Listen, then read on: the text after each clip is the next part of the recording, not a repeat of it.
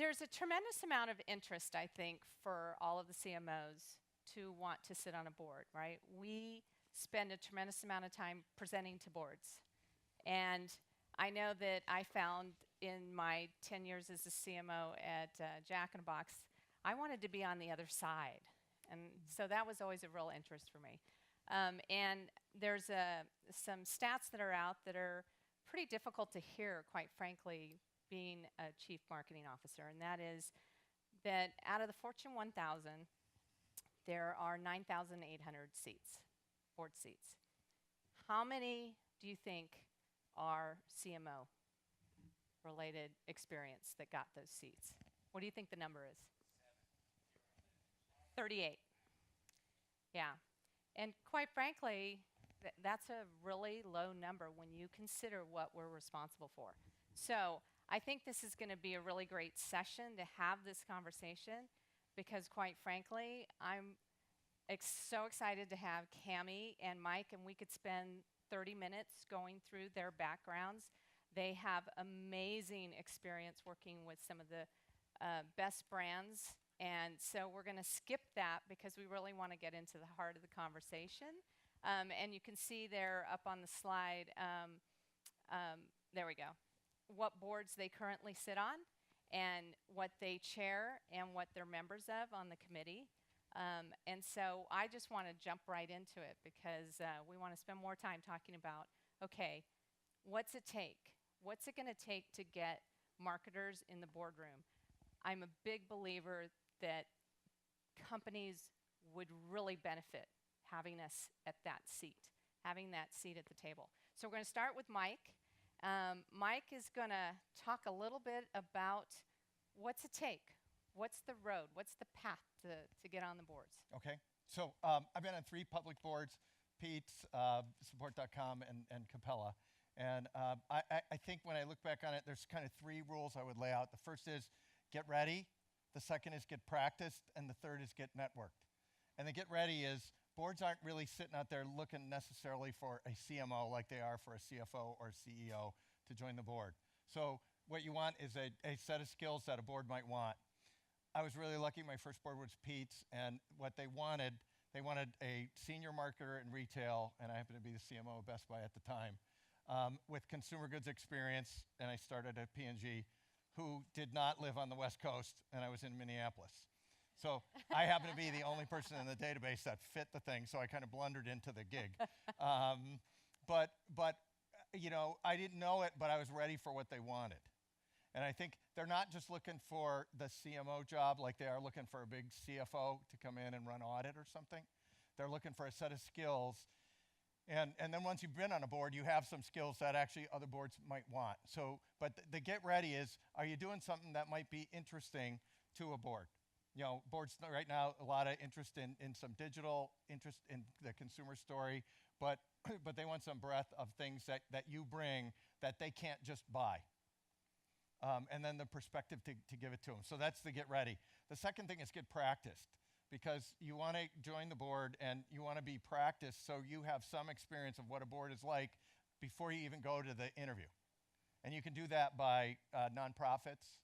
I was lucky enough to be on some pretty good nonprofits, venture capital boards or private equity boards where you get practice, or presenting to your board.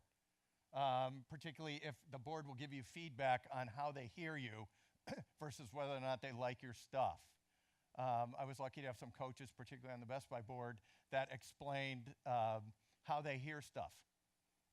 So that when I finally got to a board, I was more practiced, and even when I got to the interview, I was more practiced. And then the third thing is get networked, which is you really got it. It's not like these things are going to fly in and call for you. I was lucky in the first one. That was Search. That was a search firm that called me. But the other 2 boards, one actually started on social media for me. Someone said, will you just talk to this guy for me because I think you're good at this?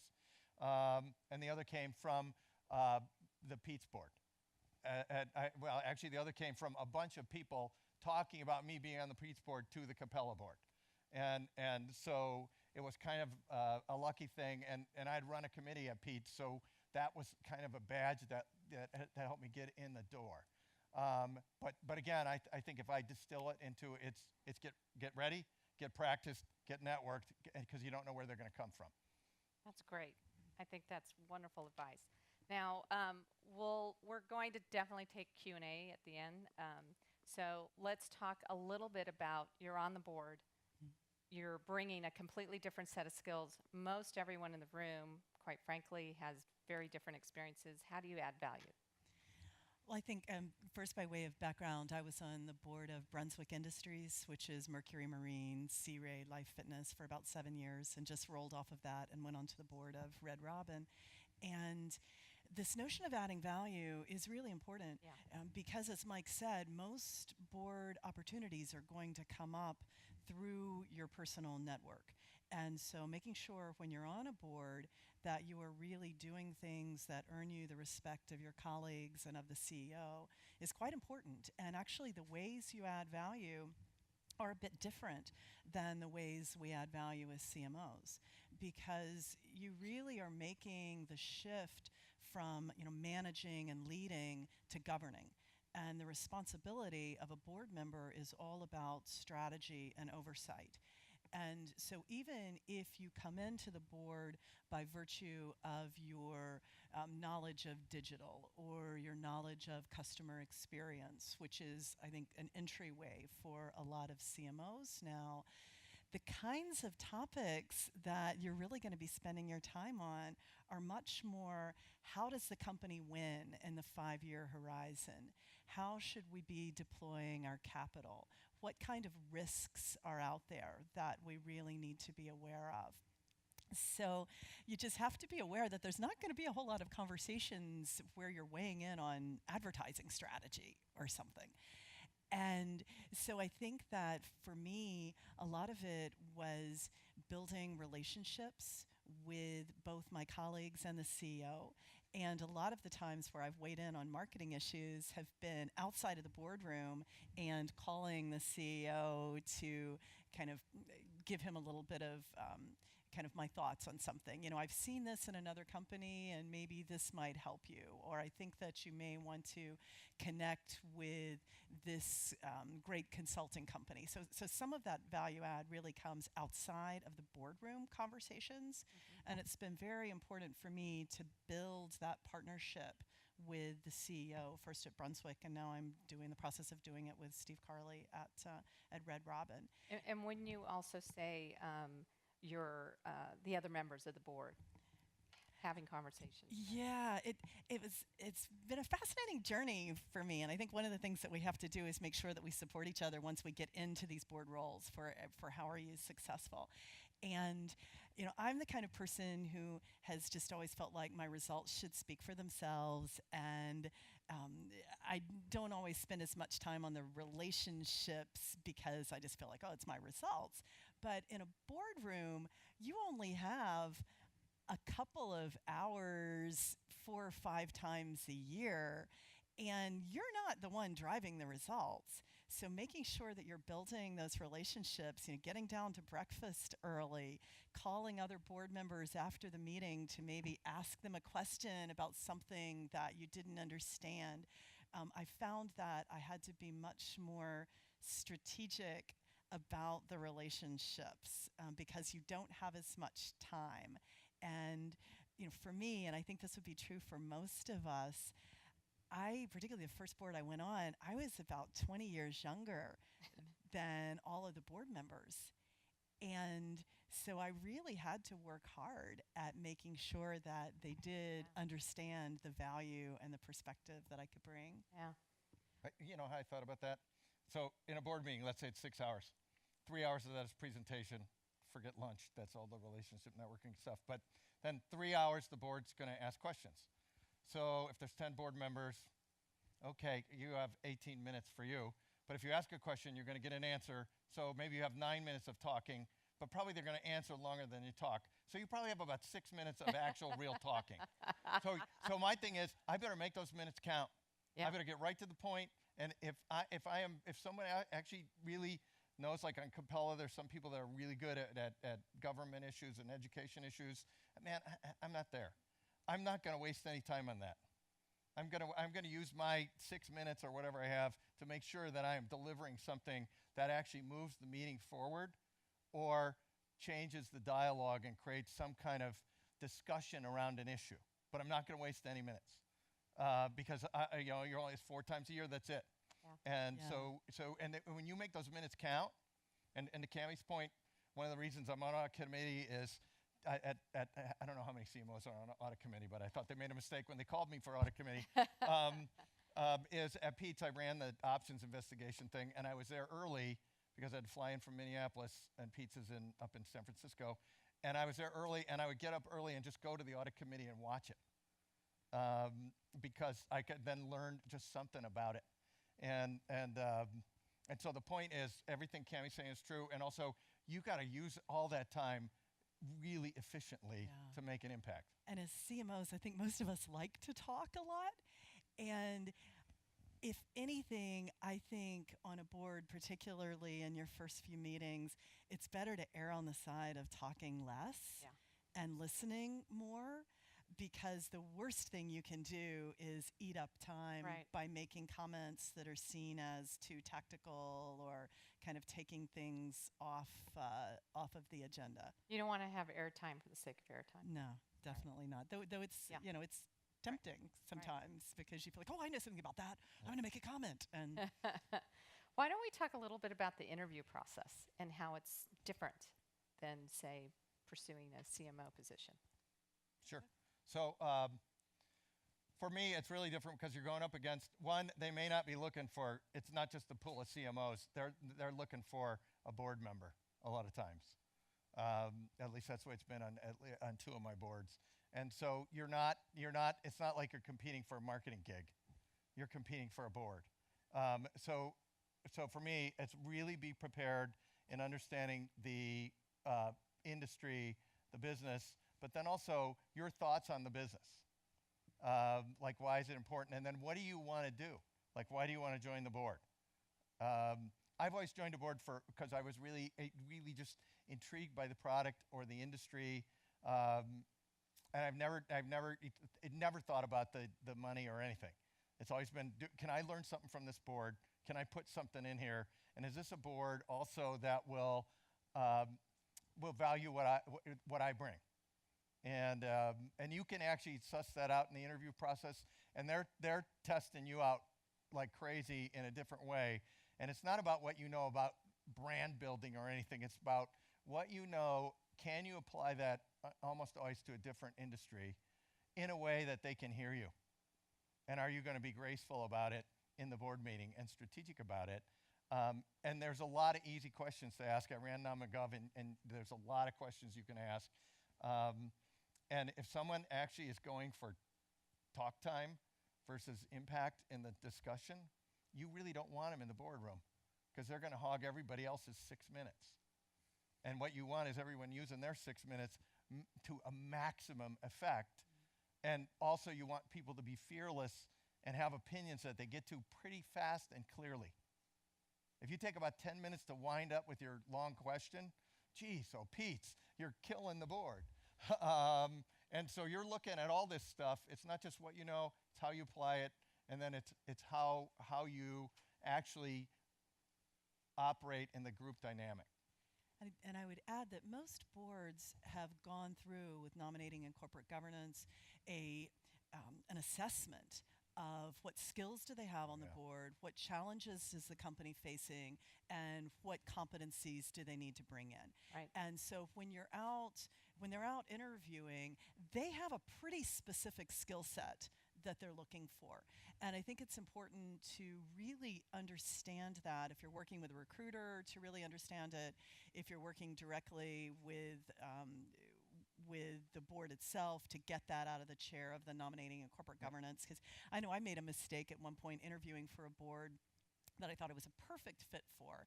And I was going on and on about my leadership and my understanding of customer service and customer experience, and they were really looking for digital transformation.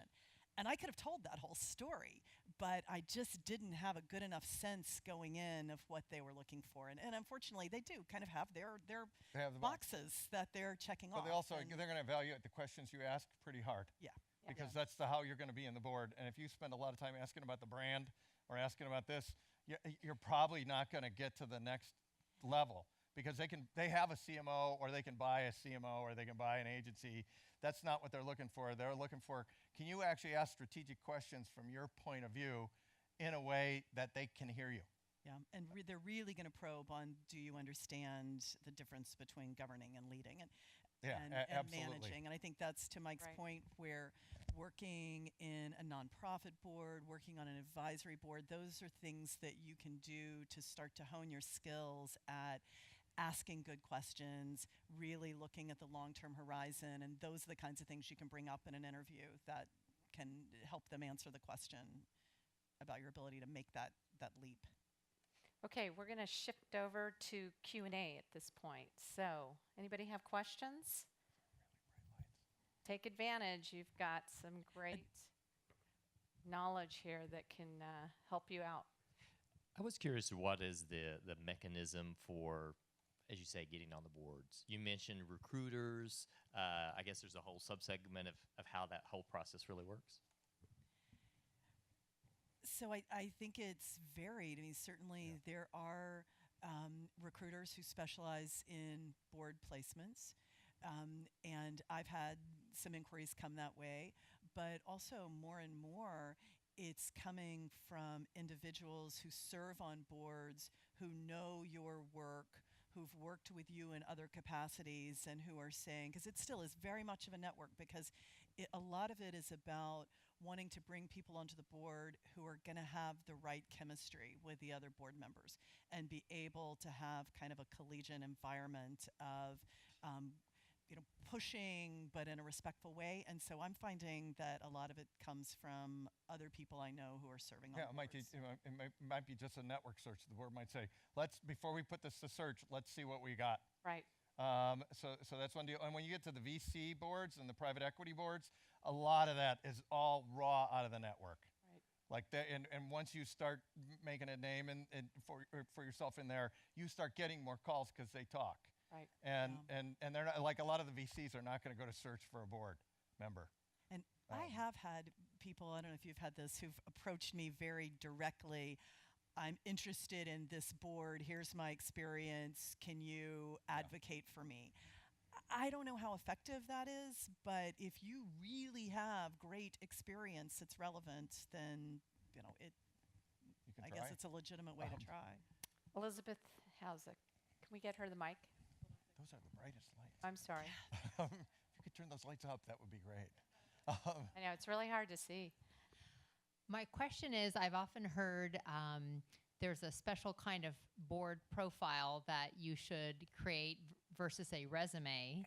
And what does that look like, feel like, and are there companies who specialize in helping you create a board profile? So as you start getting into being recruited for it, what is it that you give them that you have found to be effective? And maybe you didn't even use one of those, but again, it's something I've heard about, and I'm just curious, where would you go to develop one of those?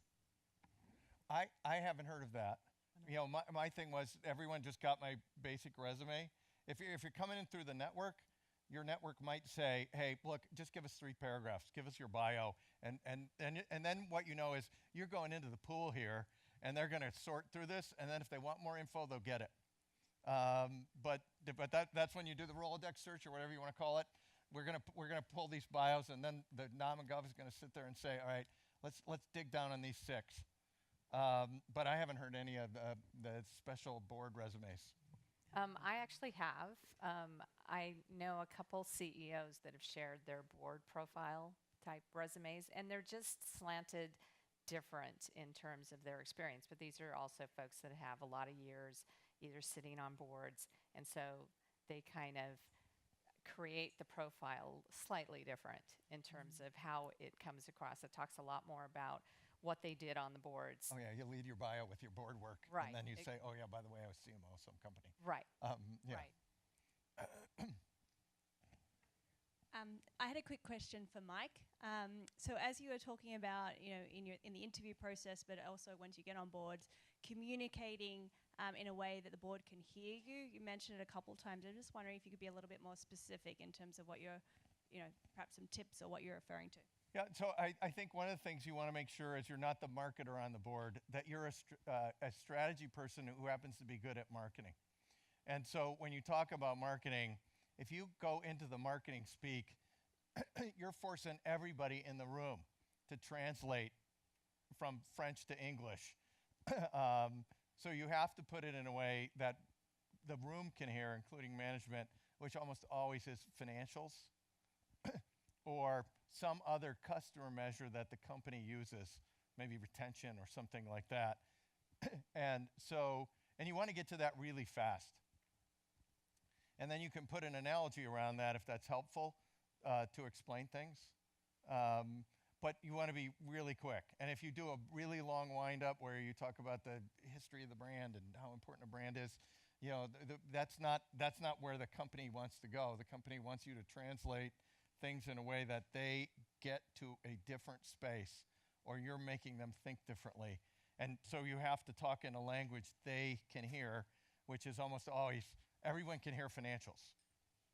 And so I always, if I can get to there, I'm getting to there almost right away. I'll start with that, and then I'll work my way back to a point. Hi. So Pete's been pretty disparaging, I think, all day on this side of the room, so I figured I'll at least throw in one question. We can't see anything. We can't see anything from up here, so you could be anywhere. All the way on the right. Pete probably didn't even know which side of the room he was yelling at. He did. So because he can't There's see the from crowd. here.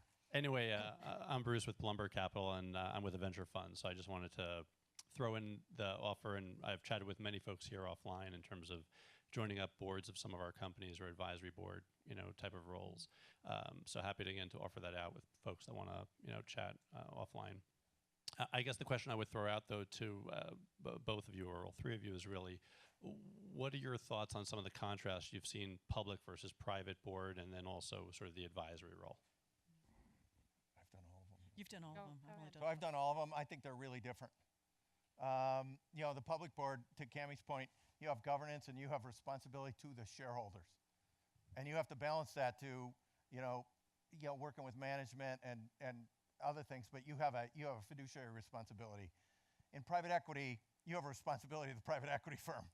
And because that's the people that put you on the board.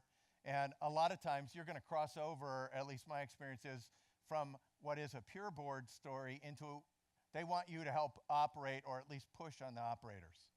And at a VC board, I've been on one VC board and I've had a lot of advisor roles. My perspective on the VC thing is all the VCs don't have the same kind of objectives depending on when they get into the rounds. And two, they want you for different things.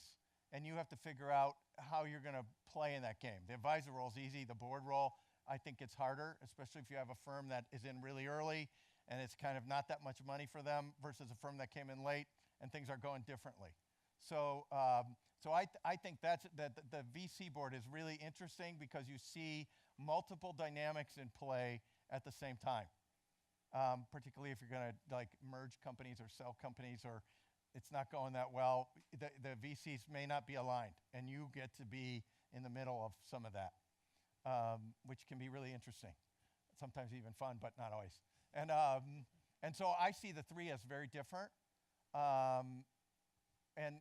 With the public board thing of you have a responsibility to the shareholders that is sometimes not easy to see, especially in things like comp and other things where you're trying to keep the CEO because you think the CEO has to say, but the shareholders are going to be mad if you give them too much money. But geez, and so you're making a lot of calls that are really interesting, I think there. But you have one boss. In the other places, the boss gets different.